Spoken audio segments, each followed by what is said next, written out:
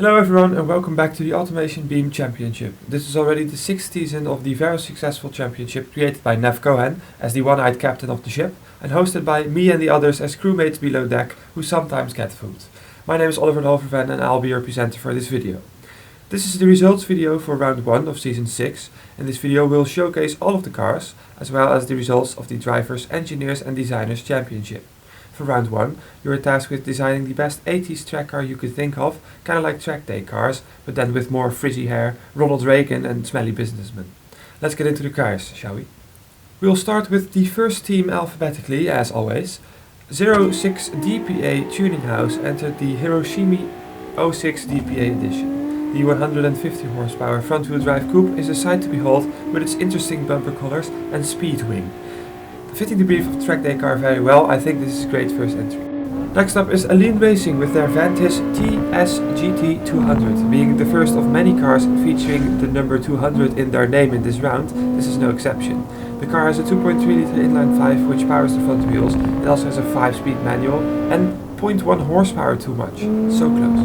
Alpine Auto built the Alpine EFI 89, winning the prize of the most unoriginal name this round. The Angry 80s race coupe did pretty well overall, featuring a 90s milkshake cup livery and a giant wing on the roof. This car is certain to get your attention when it drives past. Orkon is next with the Revant. The very aggressive looking racer coupe is quite heavy compared with the other cars this round. It also has quite a big engine, especially for an inline 4, with a 5-speed manual and rear-wheel drive. This car is the perfect recipe to put a smile on your face. Patron de Fromage is next up. August has built the Tiago Solano GT. The tiny cute race car blasted its way toward 3rd place in automation rating category.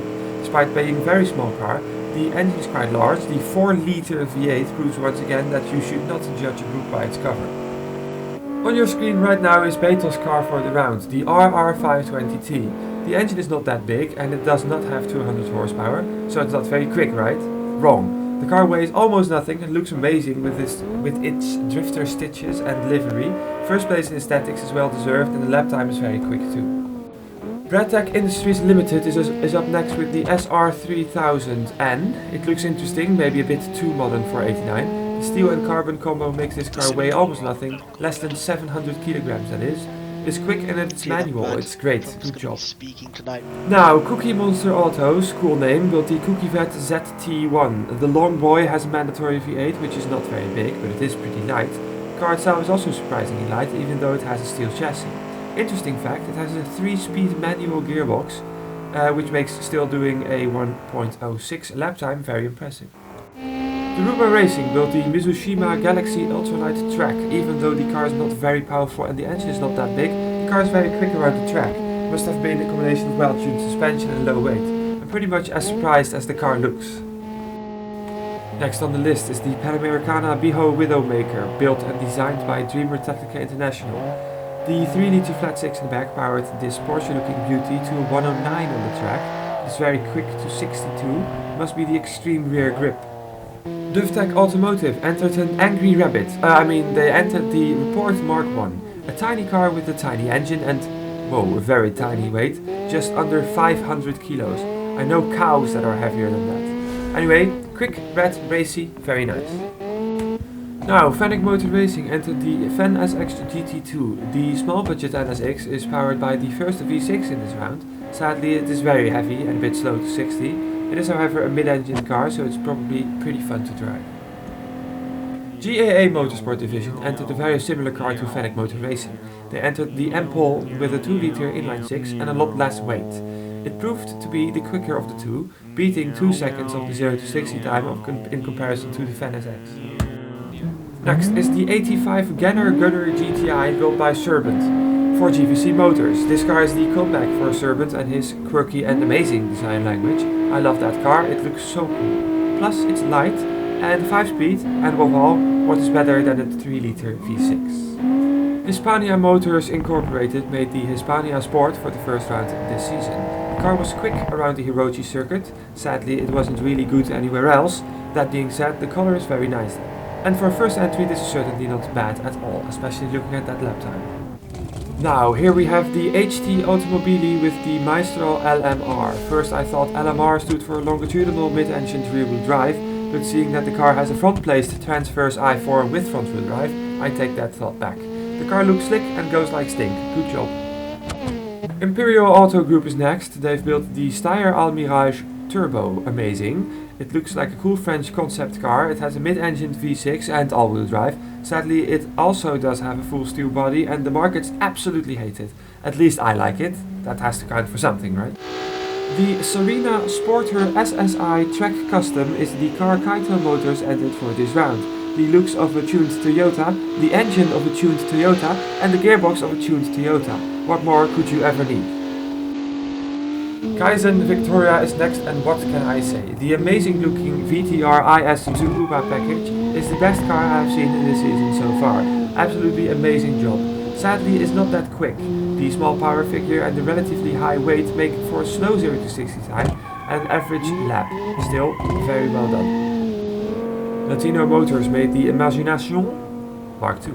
Inline 5, manual 5 and 0 to 60 in 6 seconds. The fiberglass square coupe is held together by a space frame chassis. Both of those things belong on a race car, which makes it reasonably quick around the track and reasonably hated by the markets.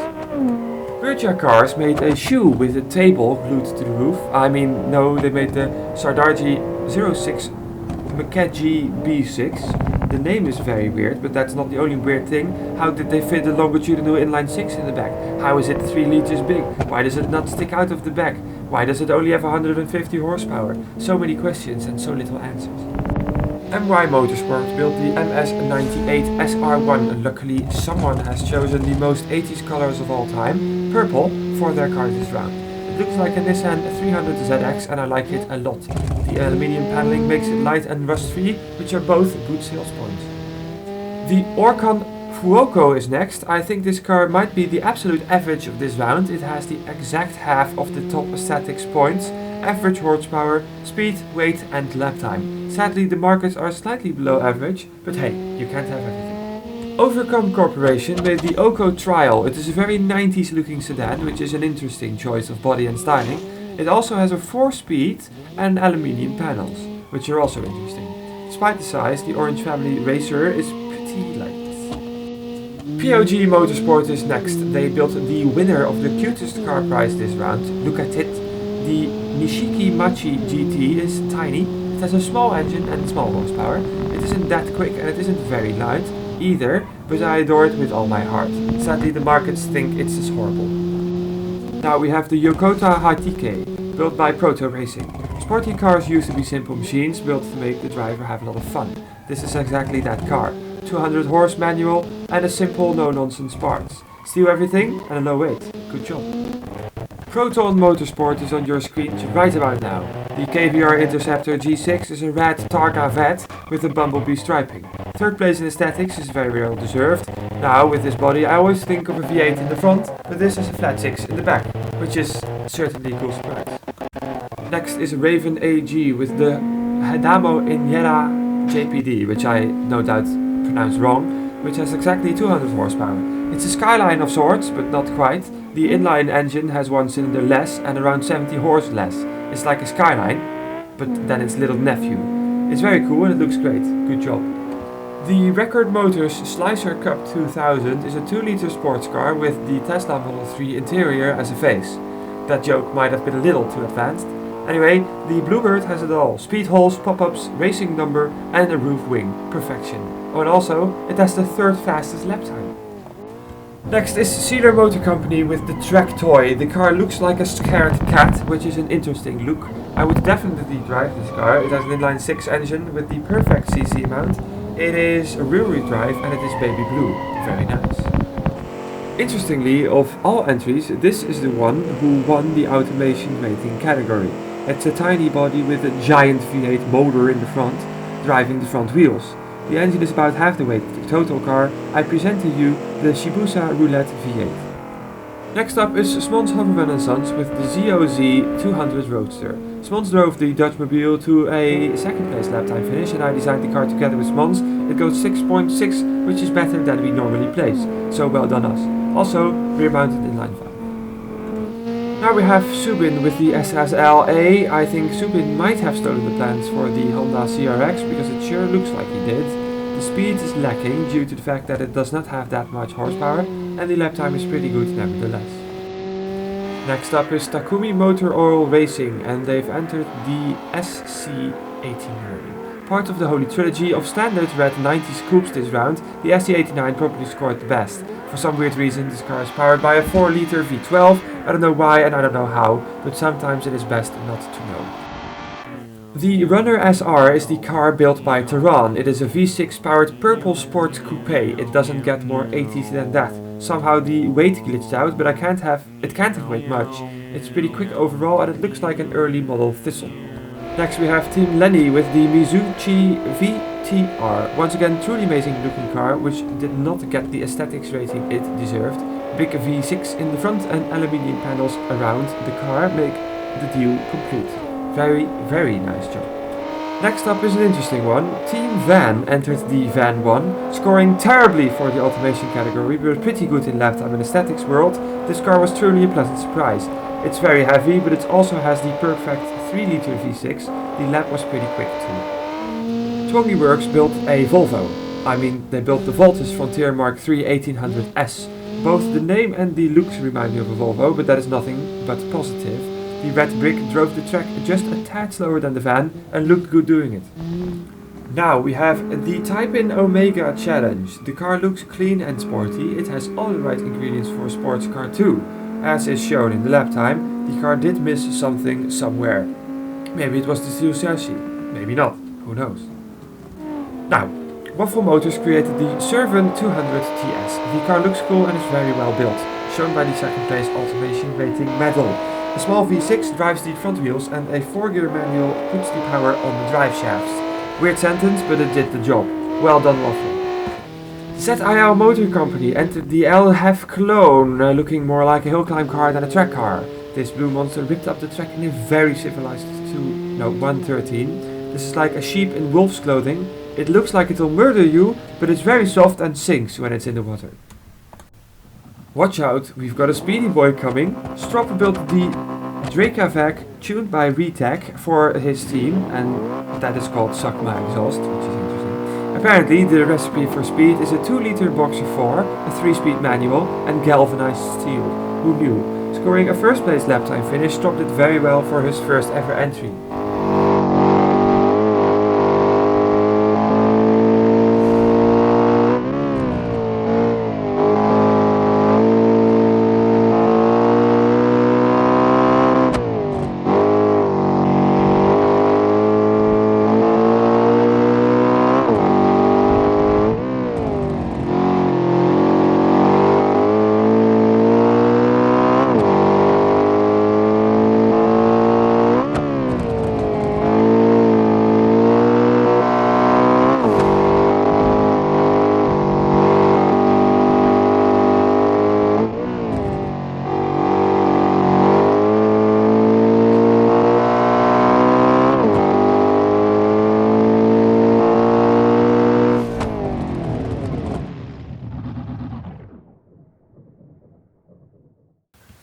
Now, we start the table row with the constructors' results for this round. In first place is Bâton de Fromage with August as a team boss. Well done to you, good sir. If you can keep this up, your second ever season will be your first ever win.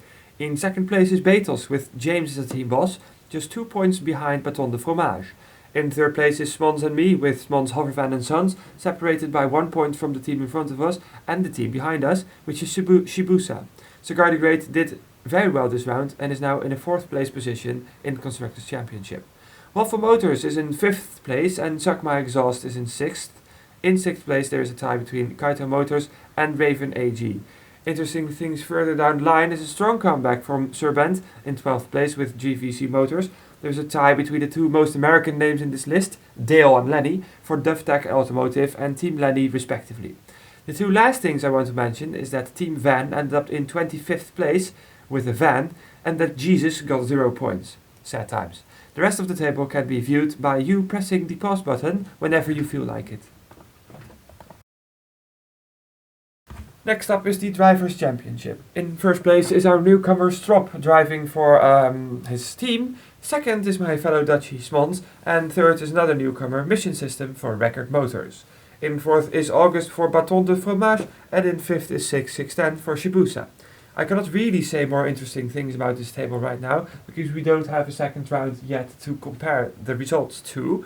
For now, take a look yourself and form a well-educated and thought-out opinion.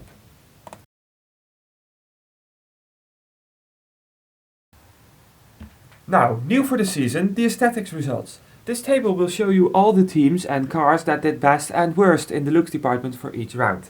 For the first round, Betos won with XAV as their designer. In second place there was our old pal Frederick Lenius, who designed Kincaid Motorsport's car. In third is Jeremy Clarkson for Proto Motorsport. Well done. Millman and Roman worked together to get a 4th place finish, and somebody came in 5th place with designing their car for Bâton de Fromage. Some interesting things are that John Vanway scored 10th place with his yellow van, which is higher than the likes of the Porsche by Dreamer and the Orange Roadster by Swans and Me. Now,